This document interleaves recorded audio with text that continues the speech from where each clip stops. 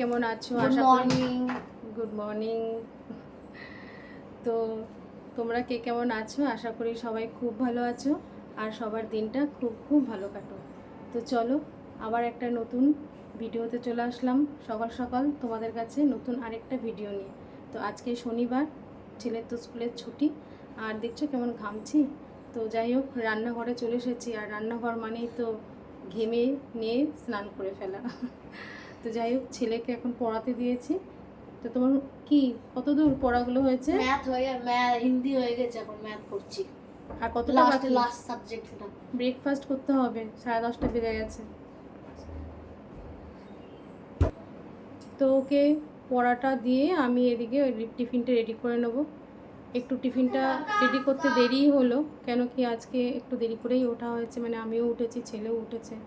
উঠে ঘরের যে একটু ঝাড়পোছ করে নিয়ে তারপর ওকে ডাকলাম। তো ও এখন একটু পড়াতে বসিয়ে দিয়েছি, ও নিজে নিজে পড়ে নিচ্ছে হোম টাস্কগুলো। আর এদিকে আমি টিফিনটা রেডি করব, করে টিফিনটা দিয়ে দেবো। তো এই যে নিয়ে নিলাম দুটো ব্রেড স্লাইস, আর এর উপরে একে একে যা যা কেটে রেখেছিলাম, যেমন আলু সেদ্ধ সেটাকে একটু কেটে রেখেছি, সেটাও দিয়ে দিলাম। আর সাথে একটু শসা কুচি, কুচি নয় মানে শসা কেটে রেখেছি পাতলা পাতলাগুলো, শসা, একটু গাজর, একটু পেঁয়াজ, উপরে একটু সুন্দর করে সাজিয়ে দিলাম।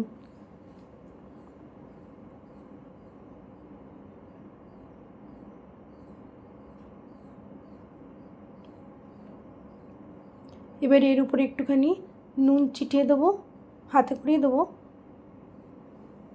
আর একটুখানি ব্ল্যাক পেপার মানে গোলমরিচের গুঁড়ো দিয়ে দেবো। তো এইভাবে রেডি হয়ে গেল মানে ব্রেড স্যান্ডউইচ, ভেজ স্যান্ডউইচ। তো পাউরুটির উপরে একটুখানি সস দিয়ে দেবো, উপরের যে স্লাইস দুটো দেবো তাতে একটুখানি সসটা দিয়ে দেবো।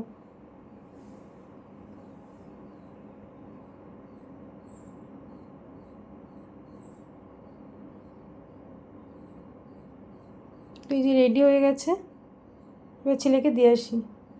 তো মনে হলো সসটা একটু কম আছে, জন্য আর একটু দিয়ে দিলাম উপরে। তোমার ভেজ স্যান্ডউইচ ফেভারিট কেমন? হেভি?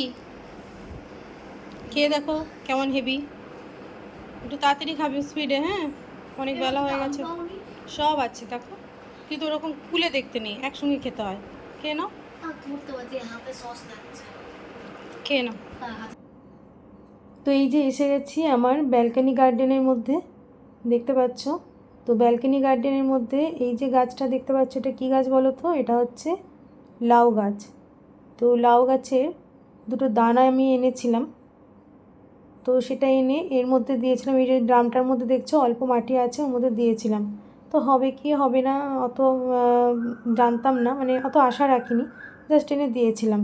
তো তার থেকে দেখো কী সুন্দর গাছ হয়েছে। আর সেই ছোট্ট গাছটা আজকে দেখো কত বড় হয়ে গেছে।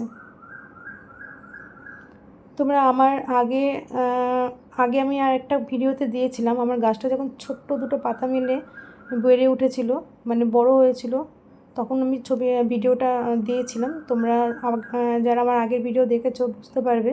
আর আজ দেখো প্রায় মাসখানেকও না, তারও কম, দেখো গাছটা কতটা লম্বা হয়েছে, কতটা বড় হয়ে গেছে। আর পাতাগুলো দেখছো কি বিশাল বিশাল পাতা হয়েছে। আর পাতাগুলো কিন্তু প্রত্যেকটা সতেজ, টাটকা, মানে একটাও কিন্তু হলুদ হয়ে যায়নি বা তোমার পেকে যায়নি, ছিঁড়ে যায়নি, খুবই নরম পাতাগুলো। বাজারের পাতাগুলো আনলে কেমন যেন একটু, মানে একটু মুচমুচে, মানে পাঁপড়ের মতো, যেমন একটু হাতের মধ্যে নিয়ে একটু চাপ দিলে কেমন একটু ভেঙে ভেঙে যায়, কিন্তু এগুলো না খুবই সফট হয়েছে। তো এই যে দেখতে পাচ্ছ। তো যাই হোক, আজকে ভাবলাম গাছটা তো অনেকটাই বড় হয়েছে, অনেকটাই লম্বা হয়েছে, কয়েকটা পাতা তুলবো। তো আজকে কি বানাবো বলো তো? লাউ পাতা বাটা চিংড়ি মাছ দিয়ে। তো একটু চিংড়ি মাছ আছে, তাই ভাবলাম কয়েকটা লাউ পাতা কেটে নিয়ে যাই, আজকে লাউ শাক বানাবো। তো লাউ পাতাটা বেটে বাটা করবো আর কি। তো তোমাদের আরেকটা জিনিস দেখাই, সেটা হচ্ছে এই যে দেখো উচ্ছে গাছ। তো আমি তো এই ড্রামটার মধ্যে অনেক কিছু আনাজপাতি যা খোসা টোসা থাকে সব ফেলি, তার থেকে উচ্ছের কিন্তু দানা আমি আনিনি, উচ্ছে দানাটা এর মধ্যেই ছিল। আনাজপাতির সাথে, সেখান থেকে হয়েছে। দেখো এটাও অনেকটা বড় হয়ে গেছে, এটা অনেকটা পরে হয়েছে, এর বেশি দিন হয়নি, কিন্তু অনেকটাই লম্বা হয়ে গেছে। তো যাই হোক, এই যে গাছগুলো হয়েছে, মানে কুমড়ো, লাউ আর হচ্ছে উচ্ছে, এর থেকে জানি না লাউ আর উচ্ছে হবে কি না। তো যাই হোক, মানে লাউ পাতা শাক আর হচ্ছে ডাঁটাটাও খাওয়া যাবে। আর তোমাদেরকে আরেকটা জিনিস দেখাই, যেটা হচ্ছে কি দেখো বলো তো, এই যে একটা টমেটো গাছ, এটা আমার ছেলের গাছ। মানে আমি সবজি কাটতাম, আমি গাছ করি বলে ওরও ইচ্ছা হয়েছিল গাছ করবে, তো টমেটোর দানা ফেলেছিল। তো দেখো ছোট ছোট টব, তাতে কত বড় গাছটা হয়েছে, ফুলও এসেছে, দেখতে পাচ্ছ? অনেকগুলো করে ফুল হয়েছে, কিন্তু জানি না টমেটো হবে কি না, দেখা যাক।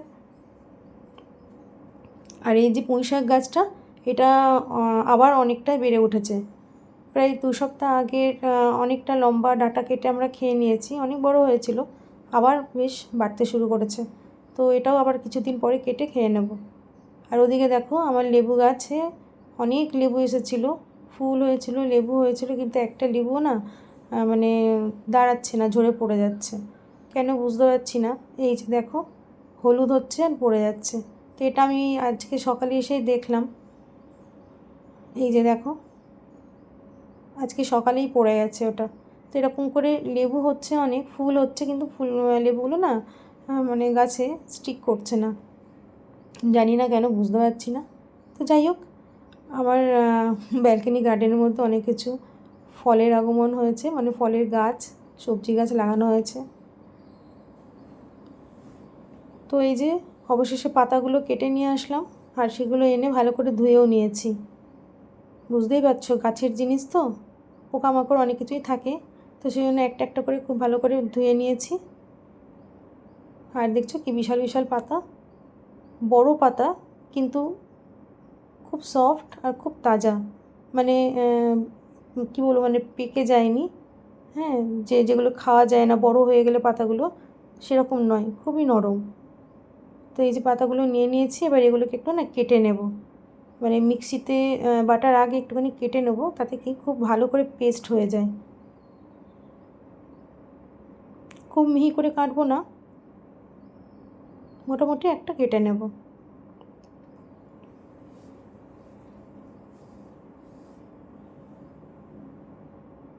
তো এই যে দেখতে পাচ্ছ, এই যে এরকম বড় বড় করে কেটে নিলাম। এবার এগুলো মিক্সি জারের মধ্যে দিয়ে দেব।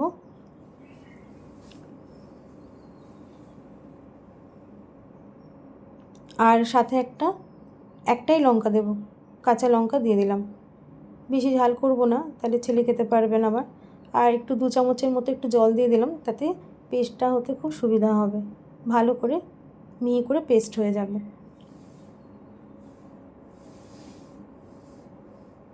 তো এই যে পেস্ট হয়ে গেছে, দেখো কত সুন্দর, একদম মিহি করে পেস্ট হয়ে গেছে, এই দেখো। তো এবার রান্না শুরু করার দিকে যাই। তো কড়াটা গরম হয়ে গেছে, এর মধ্যে একটু তেল দিয়ে দেবো।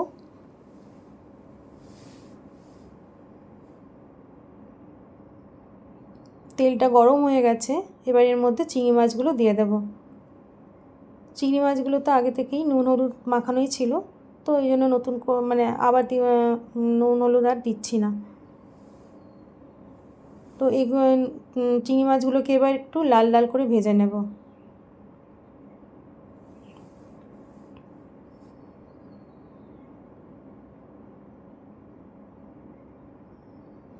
তো এই যে ভাজা হয়ে গেছে, এবার এর মধ্যে পাতা বাটাটা দিয়ে দেবো।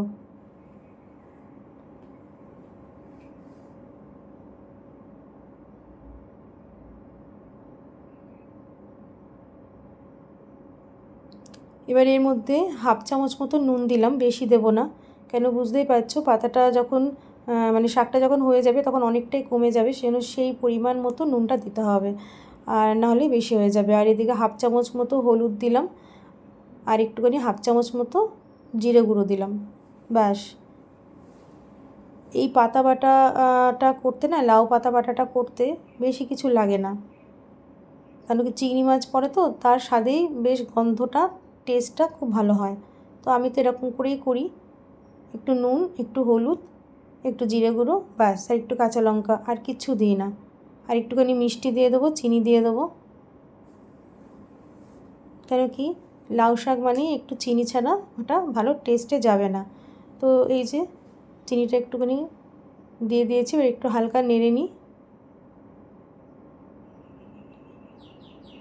তো দেখো চিনিটাও গলে গেছে, শাকটাও হয়ে গেছে, বুঝতেই পারছো পুরো ড্রাই হয়ে গেছে।